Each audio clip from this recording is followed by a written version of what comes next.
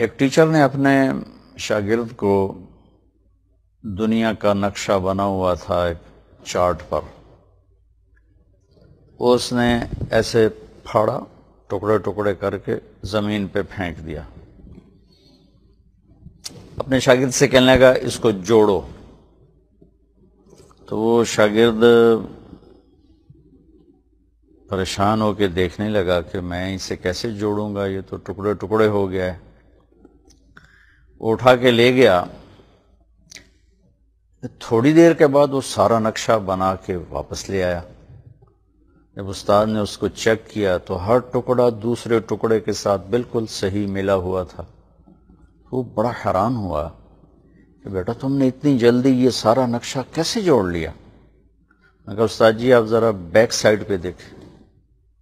تو back side پہ دیکھا تو ایک انسان کا اس میں پورا اسکیچ تھا۔ اس نے کہا استاد جی میں نے جب اس کو جوڑنے لگا تو مجھے تو سمجھ میں نہیں آ رہا تھا کس باؤنڈری کو کس کے ساتھ جوڑنا ہے، تو اس الٹ پلٹ میں مجھے ایک ٹکڑے پر ایک آنکھ بنی ہوئی نظر آئی۔ تو پھر میں نے دنیا کا نقشہ چھوڑ دیا اور میں نے انسان کا نقشہ ڈھونڈنا شروع کیا۔ آنکھ مل گئی، ہاتھ مل گیا، ماتھا مل گیا، سر مل گیا، پاؤں مل گئے، سینہ مل گیا، کمر مل گئی، تو میں اس کو جوڑتا گیا۔ میں نے دنیا کا نقشہ الٹا دیا اور انسان جوڑتا گیا جوڑتا گیا جوڑتا گیا۔ تھوڑی دیر میں انسان کے ٹکڑے تو چھوٹے تو سارے جڑ گئے۔ جب ان کو میں نے جوڑ کے پلٹ کے دیکھا تو دنیا کا نقشہ بھی جڑ چکا تھا۔ تو استاد بہت حیران ہوئے اور اس کو شاباش دے کر کہا بیٹا بات بھی ایسی ہے، انسان بن جائے تو دنیا بن جاتی ہے اور انسان بگڑ جائے تو دنیا بھی بگڑ جاتی ہے۔ ایک چھوٹی سی کہانی ہے اور جو میں آپ سے عرض کرنا چاہتا ہوں اس سے یہ بہت ریلیٹڈ ہے کہ آج کی دنیا بڑے دکھوں کا جہان ہے، اس لیے کہ انسان بگڑا ہوا ہے۔ جب کوئی چیز بگڑتی ہے تو اس کا نقصان وہاں ہوتا ہے جہاں وہ چیز ہوتی، چونکہ انسان 6 بر اعظم میں پھیلا ہوا ہے، اس کے اندر بگاڑ آیا ہے تو وہ بگاڑ ساری دنیا میں پھیل چکا ہے۔ ڈاکٹر بے شمار، لیکن مرض کا گراف اوپر ہے نیچے نہیں، اور سائنسدان بے شمار، ایجادات بے شمار، زندگی کو راحت پہنچانے کی شکلیں بے شمار، لیکن راحتیں ہم سے روٹ کر پتہ نہیں کہاں چلی گئیں۔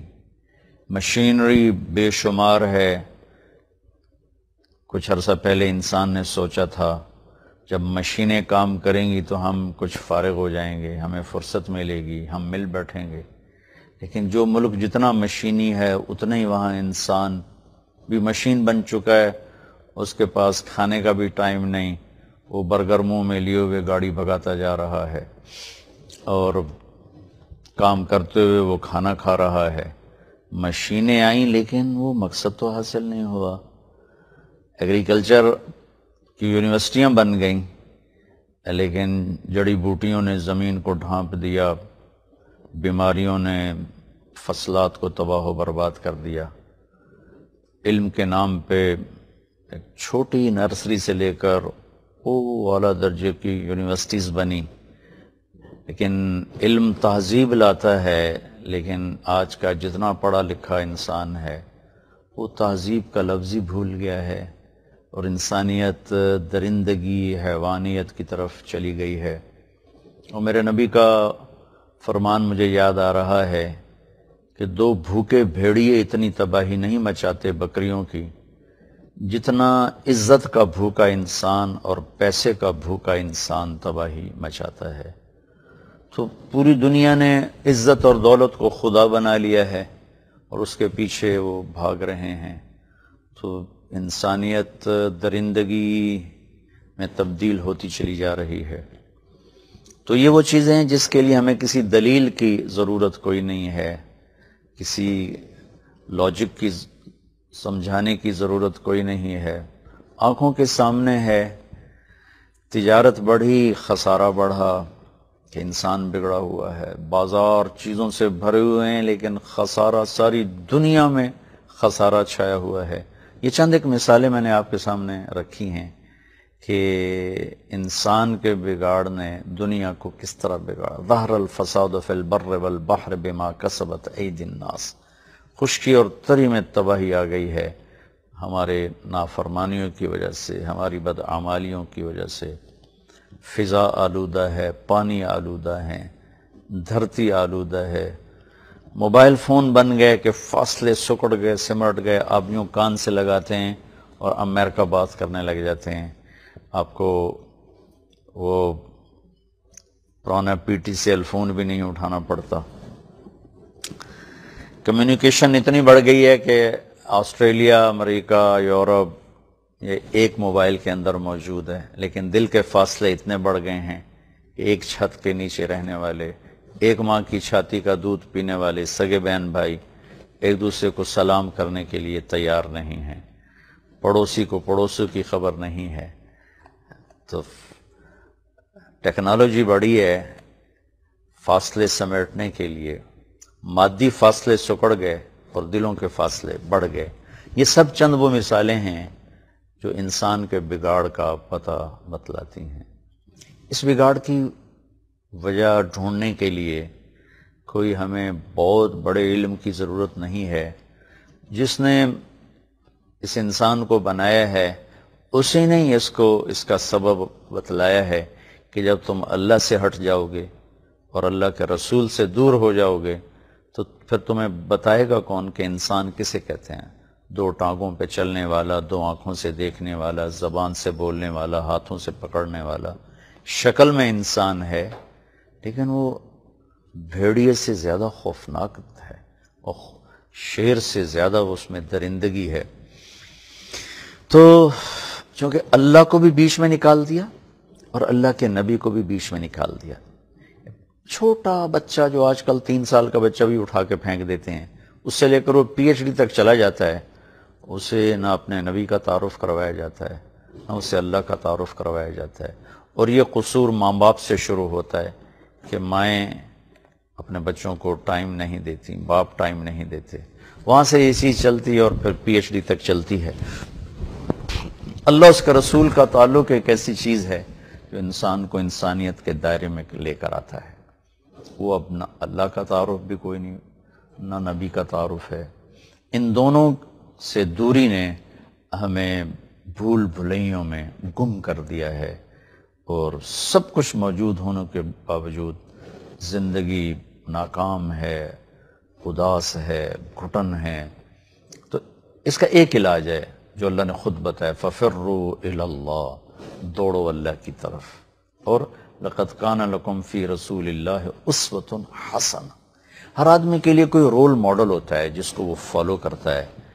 یہ بات تو ایسے ہی ہے، لیکن ہمیں تو نہ ہمیں نبی بتایا گیا، نہ ہمیں ہمارا اللہ بتایا گیا، نہ ماں باپ نے اتنا بتایا، نہ اسکولوں میں اتنا بتایا. تو وہ جو اس زمانے کے کوئی فلم کے سٹار بنے، کوئی کرکٹ کے سٹار بنے، کوئی کسی گیم کے سٹار بنے، تو ہمارے بچوں نے، ہماری نسلوں نے ان کو فالو کرنا شروع کر دیا. ان جیسا ہیئر سٹائل، ان جیسی شرٹس، ان جیسی چال، ان جیسا بولنا. کیونکہ اصل ہیرو تو سامنے ہے ہی نہیں. اصل ہیرو تو میرے اللہ کہہ رہے ہیں کہ تمہارے لیے میرے نبی کی ذات ایک خوبصورت نمونہ ہے.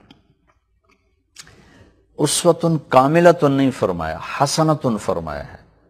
حسنۃ میں اشارہ ہے کہ اللہ کے نبی کو آئیڈیل بنانا آسان ترین کام ہے. حسنہ میں اشارہ ہے کیونکہ انسان حسن کی طرف کھنچتا ہے. حسن کو اپنا وجود ثابت کرنے کے لیے کسی دلیل کی ضرورت نہیں ہے. تاج محل کو دیکھنے کے بعد دلیل نہیں دینی پڑی، ذرا یہ ویکھو تو صحیح ہے، ذرا آئندہ ویکھو تو ذرا آئندہ ویکھو، وہ تو دیکھنے والا مبہوت ہو جائے گا. تو اس لیے میرے اللہ نے کیا خوبصورت لفظ فرمایا کہ میرا نبی تمہارے لیے خوبصورت ترین آئیڈیل ہے. ہمارے بچوں کو تو ہمارے نبی کا نام ہی نہیں آتا. میں نے ایک گاؤں میں 20 بچوں سے پوچھا ہمارے نبی کا نام کیا ہے، کسی ایک نے نہیں بتایا. تو یہ اس وقت ایک بہت بڑا المیہ ہے. تو علاج اس کا یہ ہے کہ اللہ کا تعارف وہ ہمیں گناہوں سے روکے گا اور اللہ کے نبی کی خوبصورت زندگی اور ان کی ذات کا تعارف وہ ہمیں نیکیوں پہ آگے بڑھائے گا، اور آخرت کا تعارف ہمیں دنیا سے بے رغبت کر کے اور اللہ کے بنائے ہوئے خوبصورت جہان جو جنت اس نے بنایا ہے، جس کو آئیڈیل ہوم کہتے ہیں، اس کا شوق دلائے گا۔ تو ایک چھوٹی سی اینٹ رکھنے لگے ہیں، پتہ نہیں ہے کہ کل کو یہ عمارت بنے، نیت ضرور ہے، ایک بیج ڈالا ہے، کل کو یہ درخت بنے نہ بنے یہ اس کو پتہ ہے، مالی دا کم پانی لانا بھر بھر مشکاں پاوے، مالک دا کم پھل پھل لانا لاوے یا نہ لاوے۔ اگلا کام تو شہنشاہ کا ہے، لیکن ایک نیت کی ہے کہ ہم اپنی نسلوں کو اللہ کے نبی کا تعارف کروائیں، ہم انہیں بتائیں کہ اللہ کے نبی کون ہیں، کیا ہیں، جن کو بنانے والے نے بنا کر خود ان سے پیار شروع کر دیا اور انہیں اپنا حبیب بنایا، اور ان کے وجود کی قسمیں اٹھائیں۔ لعمرک، آپ کی جان کی قسم، آپ کے چہرے کی قسمیں، آپ کی زلفوں کی قسمیں، آپ کے شہر کی قسم، آپ کے بول کی قسم، آپ کی نبوت پر قسم، آپ کی کتاب کی قسم، قرآن بھرا پڑا ہے۔ تو آپ کو راضی کرنے کا حکم کا اعلان، ہمیں کہتا ہے کہ مجھے راضی کرو، اور خود کہتا ہے کہ میں نے، اے میرے محبوب، میں نے آپ کو راضی کرنا ہے۔ وَلَسَوْفَ يُعْطِيكَ رَبُّكَ فَتَرْضَىٰ، میں نے آپ کو اتنا دینا ہے کہ آپ راضی ہو جائیں۔ تو نیت تو اچھی کی ہے کہ ہم اپنی نسل کو اللہ کا تعارف کروائیں، اور والدین تک بھی یہ پیغام پہنچانا چاہتے ہیں کہ یہ کسی ادارے کا کام نہیں ہے، اصل تو ماں باپ سے یہ کام شروع ہوتا ہے۔ ہم آپ کے معاون بننا چاہتے ہیں کہ ہمارے بچے جب کسی منصب پر پہنچیں، کسی عہدے پر پہنچیں، دنیاوی لحاظ سے، سیاسی لحاظ سے، مادی لحاظ سے، کسی بھی لحاظ سے، یا زندگی کے جس روپ میں ہوں، زندگی تو لاکھوں کروڑوں روپ دھارتی ہے، اور میرے نبی نے ہر روپ کو روشن کیا ہے اپنے نور کے ساتھ، اپنے فرمان کے ساتھ، اپنے سنت کے ساتھ، اپنے طریقے کے ساتھ۔